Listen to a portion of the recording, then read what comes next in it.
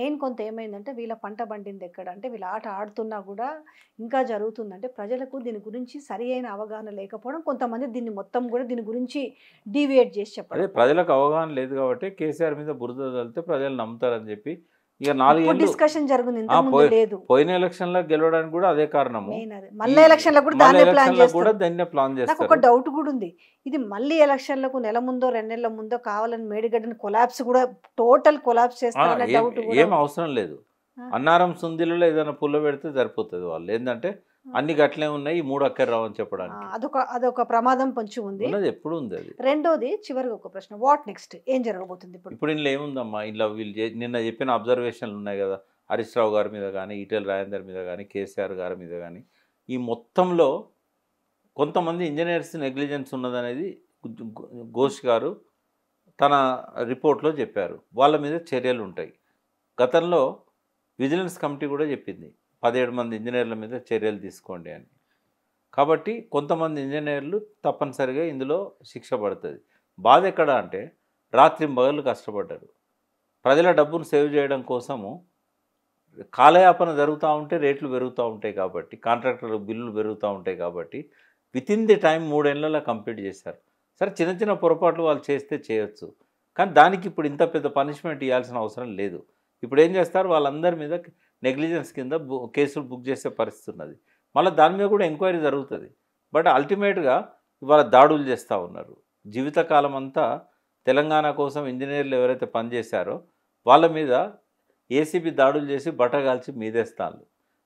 జీవితం అంతా పనిచేసిన ఒక రిటైర్డ్ ఈఎన్సీ ఆయన పిల్లలకు ఆయనకు వాళ్ళు మంచి చదువులు చెప్పిస్తాడు, మంచిగా లైఫ్లో సెటిల్ అవుతారు, వాళ్ళు సంపాదిస్తారు.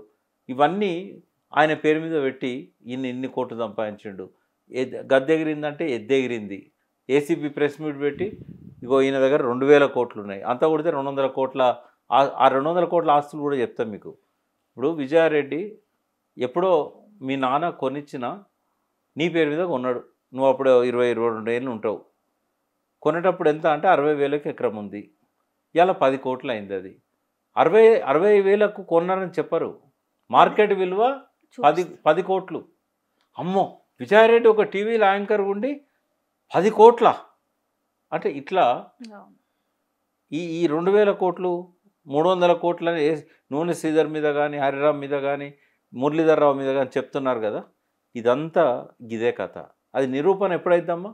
2 ఏళ్ళకో 3 ఏళ్ళకో ఏసీబీ కోర్టులోనో ఇంకో కోర్టులోనో చాలా ఉంది. అయితే అంటే ఈ వీళ్ళందరూ నేర్చుకున్నది ఏంటంటే ముందు బట్టగాల్చి మీదేయాలి, రాజెవడో రైతు ఎవడో తర్వాత సంగతి. అది అప్పుడెప్పుడో మన గవర్నమెంట్ బదనాం చేయడంలో నంబర్ 1. ఇప్పుడు నేను కంక్లూడింగ్ ఏంటంటే ప్రజలకు నేను చెప్పేది ఏంటంటే, నిన్న పీసీ ఘోష్ ఇచ్చిన ఫైండింగ్స్లలో ఒక సీరియస్ ఆరోపణ ఏంటంటే నామినేషన్ మీద వర్క్స్ ఇచ్చాడు 350 కోట్లు అన్నారు.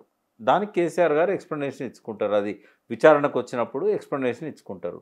ఈ ఒక్క ఆరోపణ మీద ఆయన మీద అరెస్ట్ వారెంట్ కానీ అరెస్ట్ చేయడం కానీ ఏది జరగదు. ఈ కమిషన్ రిపోర్టును దాన్ని ఒక కేసులు పెట్టడానికి బేస్గా చూస్తారే తప్ప ఇది ఫైనల్ కంక్లూజన్ కాదు. కేసు పెట్టాలంటే మళ్ళీ ఇన్వెస్టిగేషన్ జరగాలి.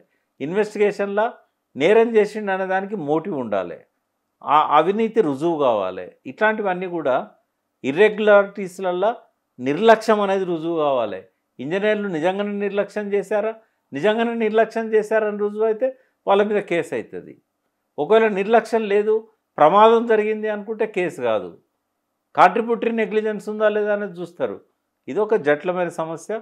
ఇప్పుడు మళ్ళీ విచారణ మొదలవుతుంది. ఈ విచారణ అయిపోయింది కదా, వాటి మీద ఆరోపణల మీద మళ్ళీ విచారణ మొదలవుతుంది. పీసీ ఘోష్ ఇచ్చిన ఫైండింగ్ మీద మళ్ళీ విచారణ మొదలవుతుంది. ఈ విచారణ ఎప్పటిదా జరుగుతుంది? నెక్స్ట్ ఎలక్షన్ల దాకా జరుగుతుంది. మళ్ళీ కేసీఆర్ వచ్చి రిపేర్లు చేసేదాకా ఇదే జరుగుతుంది లాస్ట్. అందుకే ప్రజలకు ఏంటంటే ఇట్లాంటి సర్కారు ఉండాలన్నా, మంచి సర్కారును గద్దెదించడం అనే భావన వాళ్ళల్లో ఉంటే రేపు మేడిగడ్డ రిపేర్ కావాలన్నా, రేపు లోకల్ బాడీ సెలక్షన్ కూడా ఒక క్రూషియల్ అమ్మ. ఇప్పుడు కేవలం లోకల్ బాడీ ఎలక్షన్లలో ప్రభావితం చేయడానికి నిన్న ప్రెస్ మీట్ పెట్టారు. రేపు అసెంబ్లీలో కూడా గాయ చేస్తారు. కానీ ఎక్కడికక్కడ ప్రతి పేజీ కూడా శల్య పరీక్ష చేసి నిజంగానే కేసీఆర్ గారు చేసిన తప్పులు ఏమున్నాయి అనేది వాళ్ళు తీయాలంటే వాళ్ళ వల్ల కాదు, అలా తప్పులు లేవు కూడా. కేసీఆర్ గారి పరిపాలన లోపల కొన్ని పొరపాట్లు జరిగి ఉండొచ్చు, అవి కావాలని చేసేటి జరగవు. ఇప్పుడు నామినేషన్ మీద ఇచ్చినా కూడా ఏదో అర్జెంట్ వర్క్స్ ఉంటే నామినేషన్ మీద ఇస్తారు. క్యాబినెట్లో ముందు పెట్టలేదు, ముందు పెట్టకపోతే ఏమైతే తర్వాత అప్రూవల్ తీసుకున్నాడు ఆయన. తప్పెట్లయితే తర్వాత అప్రూవల్ తీసుకోవడం. ఏవైనా టెక్నికల్ పొరపాట్లు జరిగినాయి అనుకోండి, కొన్ని జరిగినాయి, నేను కూడా దాన్ని ఒప్పుకుంటా. కేసీఆర్ పీరియడ్లో కాళేశ్వరం నిర్మాణంలో కొన్ని టెక్నికల్ పొరపాట్లు జరిగినాయి. దానికి కారణం ఏంటంటే తెలంగాణలో బ్యారేజీలు కట్టిన అనుభవాలు లేవు, బ్యారేజీల నిర్మాణంలో పాల్గొన్న ఇంజనీర్ లేరు. 57 ఏళ్ళ సమైక్య రాష్ట్రంలో ఒక్క బ్యారేజ్ కట్టలేదు. కట్టనప్పుడు ఇది ఒక ప్రయోగం అన్నప్పుడు కొన్ని పొరపాట్లు జరుగుతాయి. అంత మాత్రాన పనికి రాకుండా పోతే రిపేర్ చేసుకోవాలన్నా. వాళ్ళ మేడిగడ్డ కూలినందుకు కాదు బాధ, ఇవాళ మేడిగడ్డను రిపేర్ ఎందుకు చేయలేదు అనేది రైతులు బాధపడుతున్నారు. Thank you sir. అంటే ప్రజలకి ఇక్కడ అర్థం కావాల్సిన మ్యాటర్, వీళ్ళు చేసే జిమ్మిక్కులన్నీ కనీసం వాళ్ళకి అర్థమైతే ఒక రియలైజేషన్ వస్తుంది. అంటే లేకపోతే ఏంటంటే వీళ్ళు ఇంకా 3 ఏళ్ల కాలం కూడా దీన్ని నడిపించే అవకాశం అయితే మెండుగా కనిపిస్తుంది. Thank you so much sir.